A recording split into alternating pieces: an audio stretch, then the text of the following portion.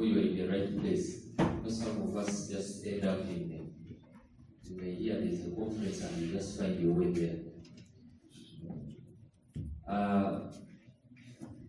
Before you, these are the people who we think after today you're going to coordinate these ideological cells in your respective institutions. So we hope today's session will equip you with the skills to coordinate these ideological study groups in your institutions. So we are going to start officially. We shall start with the anthems, the Ugandan anthem, then the East African anthem, then we can have the opening remarks. So kindly stand up for the anthems.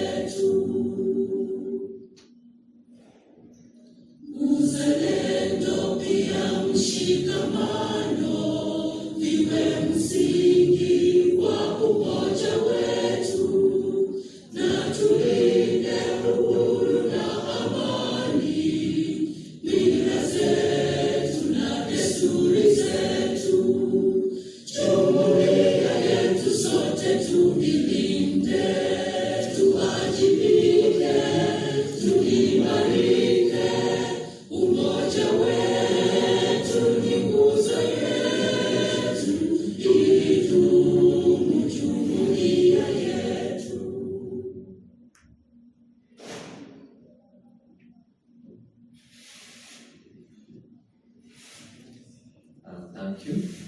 Any person who can pray for us?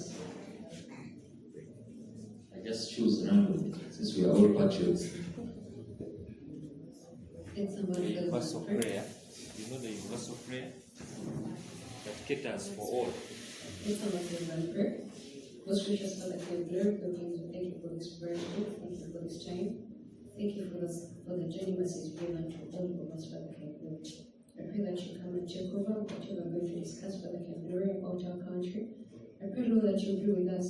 May you help us understand what we've come to hear from you, and bless us at the end of the day. In the name of Jesus Christ, I pray and lift. Amen.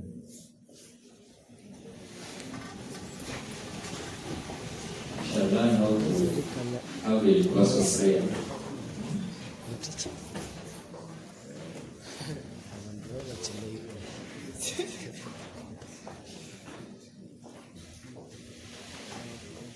In the interest of time, let me take this opportunity to call our Deputy Commissioner to have his opening remarks. And once again, you're all welcome.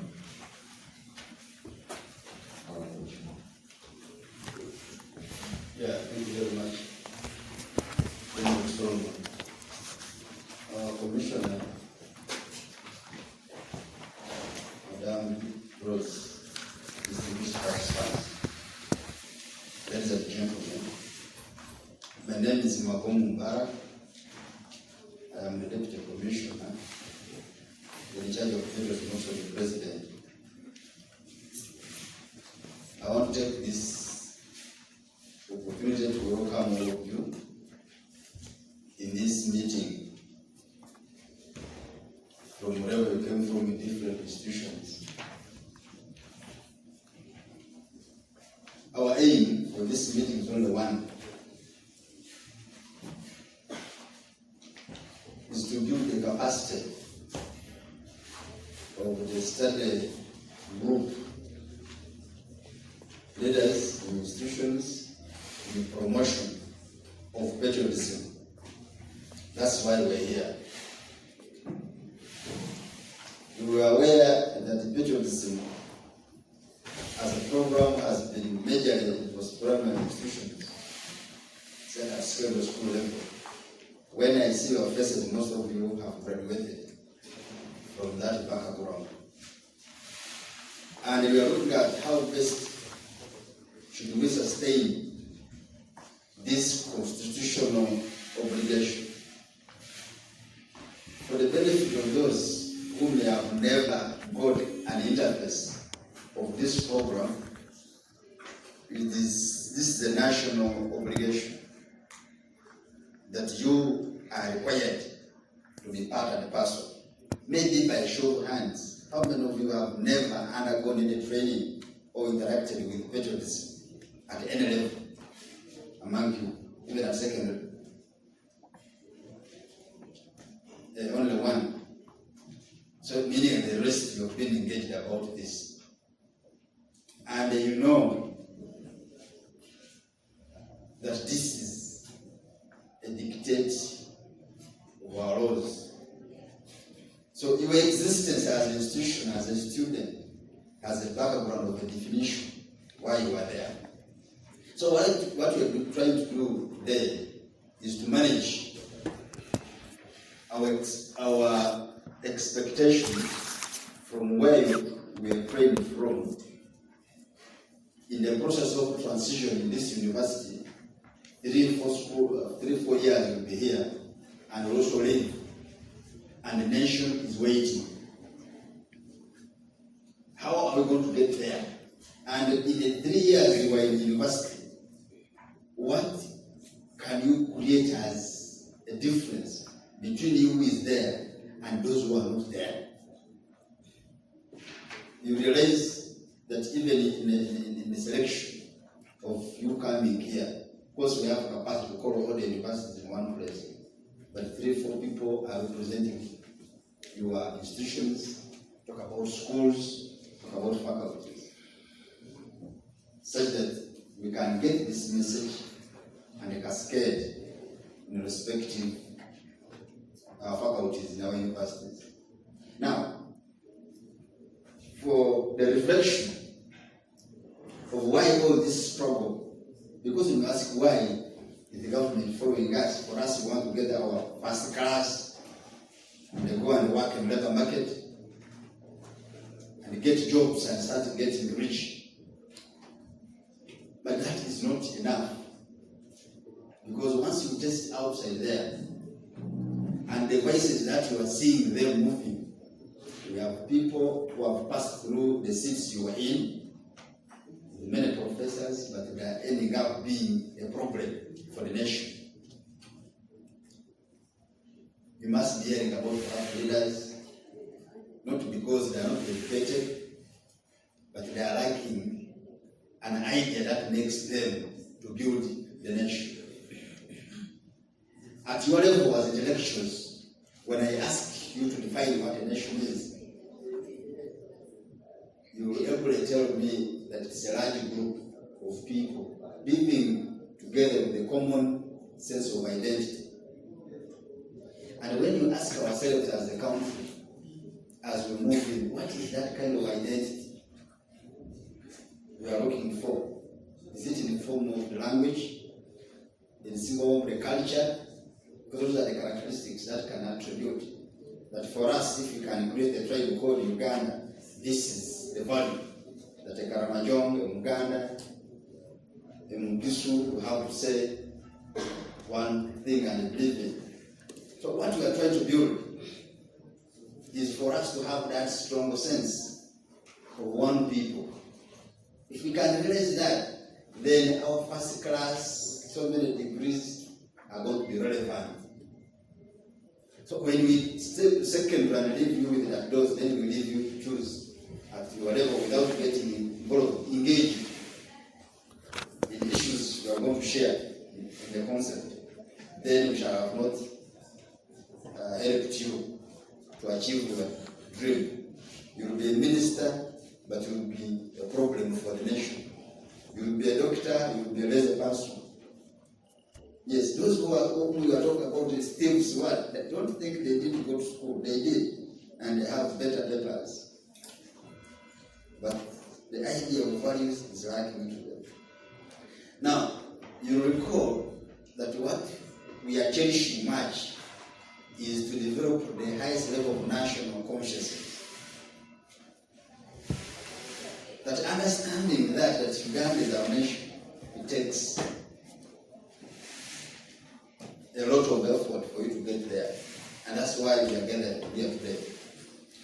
Now, there are those who are thinking that when we get one national language, could work as the entry point of unity. And many people have struggled. But there have been many attempts, including during the the colonial government in our country, in around 1930, where they initiated having a national language for Uganda, but of course it has not been coming such that we can be one. Recently, Uganda Communications Commission came up with a research to see what you think would be the common language that we can use such that we can be at the same page. They came with results that when you looked at, you may not look at us saying let's have this country, one language, in order to be identified as a nation.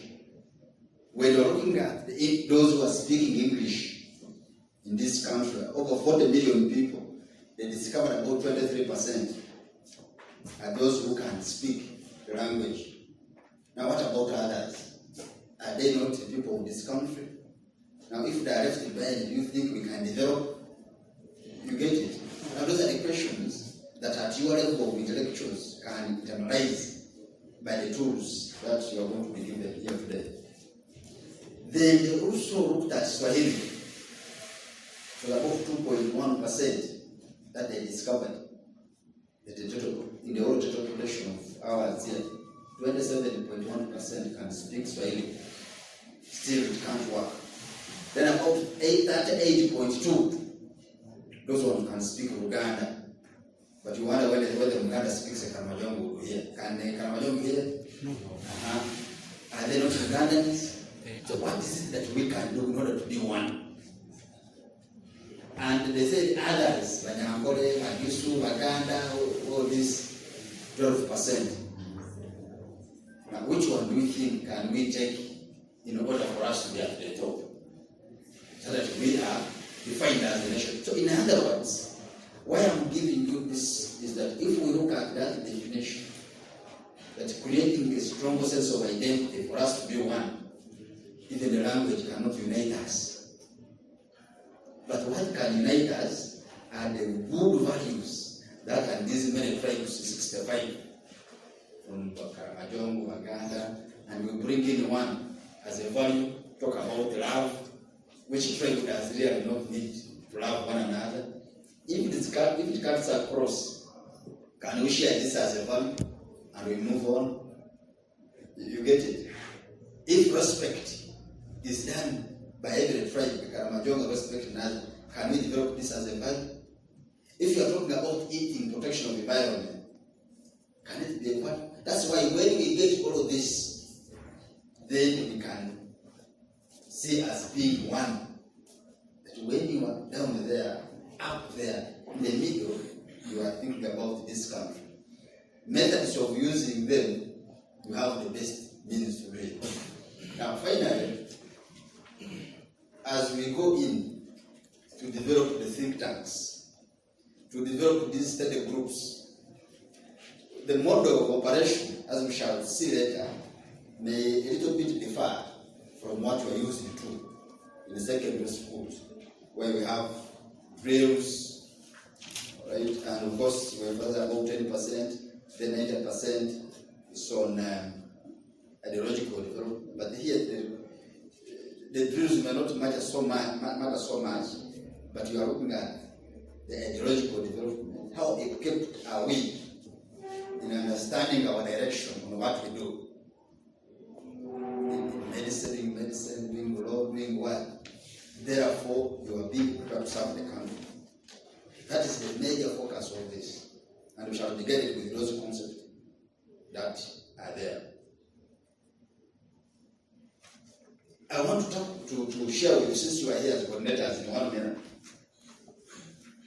that when we talk about inter-universities and coordinating patriotism in schools and institutions, you must be aware of 3 major types of coordination. You know, coordination is about organizing people together to achieve their aim. But I want to share with you 3 types of coordination, and you will see what you are doing always when you are there. Type number 1 is what we call negative coordination. Yeah. And you will see why it falls. Negative coordination per se may not be bad, but you will be there with your passion. That me, I'm a coordinator of patriotism in Makerere University, but you are doing nothing. When someone comes, who is coordinating the School of Medicine, I am here. So what are you doing? Nothing. That's the negative coordination. You have that passion to be there as a title, but you are leaving others to understand the idea. The only thing that can make you to change from that is to become empowered, to know that you're a coordinator, and when you're a coordinator, it means that you don't work alone. There are people you should mobilize to share what you know. What are you coordinating anyway? But issues of lamenting that this group are busy, do their work, they can't work to a mobilizer. If you are only 10 who have understood the concept, then the chances are very high that you will turn away from that negative coordination to another level of coordination which we call positive. Okay. But positive coordination is the second type of coordination. Now, you as coordinators, as representatives of alumni, you are required to use all possible means using your head after knowing the objective, why you are coordinating that group in the university, that group at your home. Regardless of what comes as a challenge, you have to provide the answers. I need to have, for example, you need to have in the faculty of medicine, you need to have the dialogue. So what do? I think we are going to have exams, but I think this time we shall have to do this. But when you go in the other place, we don't have what to eat. What do? I think you come with a bottle of water, then we start around the table. In other words, what is envisaged as a challenge, you have the answers to them. You get it? And there must be practical. That is what we call positive coordination. But once you look at what is hindering you, then to make you have a setback, you have not helped what you are coordinating. Then the third one, the last one, is strategic coordination. That strategic coordination here is in a broad sense, that you may not have it today. Okay. But we are saying, for example, me, I am third year coordinator of patriotism in Makerere University, but in the next 2 years, or next 2 months, I will be sitting and exams, I will be exiting. How strategic have you prepared for the exit? Does it mean that when you're coordinated, you're going to leave the university to go like that? you have the answer. So meaning that even when you are trying to identify and appoint those to be part of your team, I should say, let me get somebody from School of Medicine, somebody from School of Education to represent, and they don't need force. You are using your brain to make somebody understand your concept, sit at the round table and move. Now, that is the most important. Once you understand the operation of those three forms of coordination, then you will be better people. So I wanted to share with you, to give that limelight, that as we discuss this concept, at the end of it all, we expect you to be empowered and deliver at your level. When you deliver, in terms of inspiring others to think in a positive direction, you will be doing great for the development of the country. If you shy away thinking you will go and hide in a certain corner to get a first class only, you will get it. But the country will be there and will continue suffering. Because others will be there doing wrong things that would have helped. With this, I want to take the opportunity to officially open this meeting. Thank you very much. Thank you, sir, for those opening remarks. For those who have just come in, you're welcome. Maybe 3 minutes. Quickly tell us where you're from, your name, the university, and the course.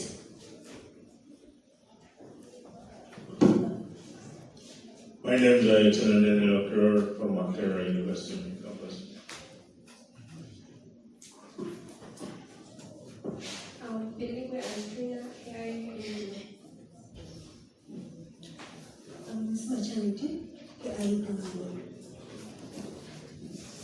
Patriotic Teresa, Chamber Board Building Diploma in Water Engineering. My name is Gonza Milton, Chamber University. I pursue Environmental Science, Technology and Management, and I'm the coordinator for Intercampuses University. Thank you. I'm Brian Gwambale, grade 6, Ugema University. I'm Timothy from Victoria, doing Bachelor's of Science and Bachelor's of Science in Management. Teddy Coxon is my name, from the Institute of Patriotic Studies, Kampala, Uganda, and I'm doing a Bachelor of Science in Oil and Gas Management. Catherine Babanaga is my name, pursuing Science in Oil and Gas Management from IPSK. My name is Bobby Kennedy. I'm from the Institute of Victoria and I've studied in My name is Kule Godwin from the Institute of Patriotic Studies in Science and Oil and Gas. My name is Kalina Gilbertino from the Ghana University in Material Science and Education.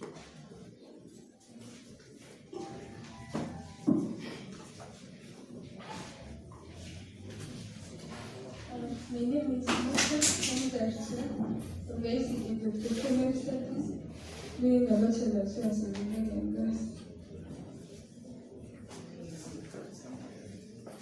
My name is Kampe Warenia from IPSK, doing the Bachelor of Science in Oil and Gas.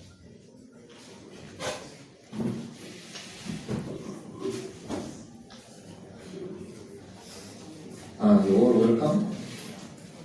So on the program, we are supposed to go through the concept.